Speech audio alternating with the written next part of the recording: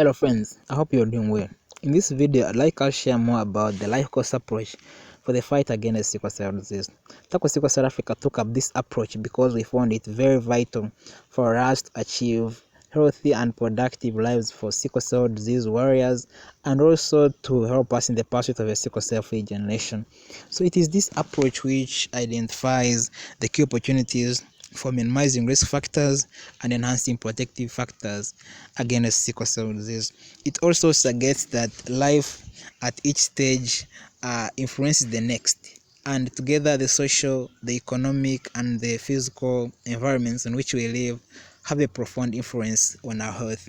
So it has various stages ranging from preconception up to older adulthood, and in preconception is where we counsel parents who are planning to have pregnancies. We also request them to undergo sickle cell screening so that they discover whether they have sickle cell trait or they don't. And for those couples who have sickle cell trait, we educate them on the 25% possibility of them having a child with sickle cell disease, and then we help them make the best decisions for their families. Then after birth, in case a child is born with sickle cell disease, we take other means of helping them access comprehensive health care and therapeutic products. This is why we find that mainly in sickle cell disease, warriors always seek pain relief.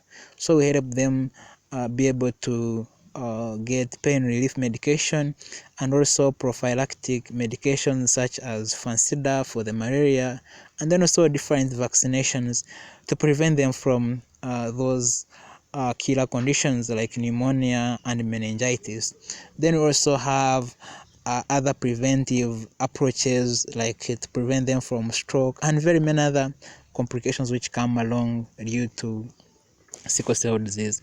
Then also look at education and public awareness. This is very important because it helps us get support from the community in the fight against sickle cell disease.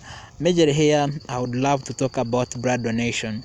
Whenever the community is aware of the importance of blood donation, it helps hospitals get more blood to save the lives for sickle cell warriors. They always require blood transfusions because of the severe anemia associated with the hemolysis of sickle cell disease. Then also look at the need for therapeutic products. I'm happy about the discovery of bone marrow transplant and then gene therapy. We hope all those therapies will be able to help in the cure against sickle cell disease. But then now the challenge is how, like someone here in Northern Uganda, can be able to access bone marrow transplant or gene therapy in order to be free from sickle cell disease. Due to the economic limitations, you see that it will be hard for someone here in a poor resource country to get such therapies. But then we hope to work together until we achieve such big dreams. Then we also look at the educational support, like from childhood up to adulthood.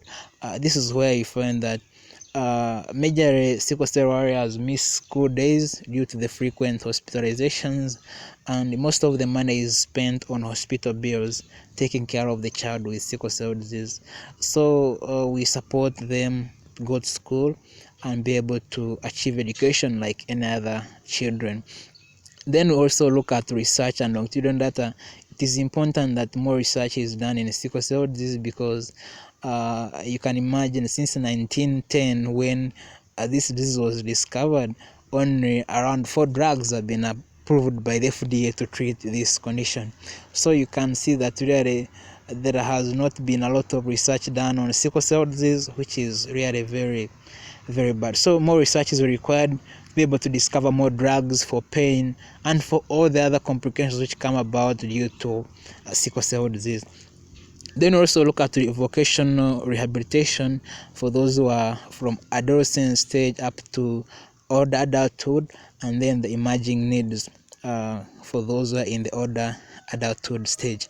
So we also look at the drivers of change, which are very vital in achieving this dream.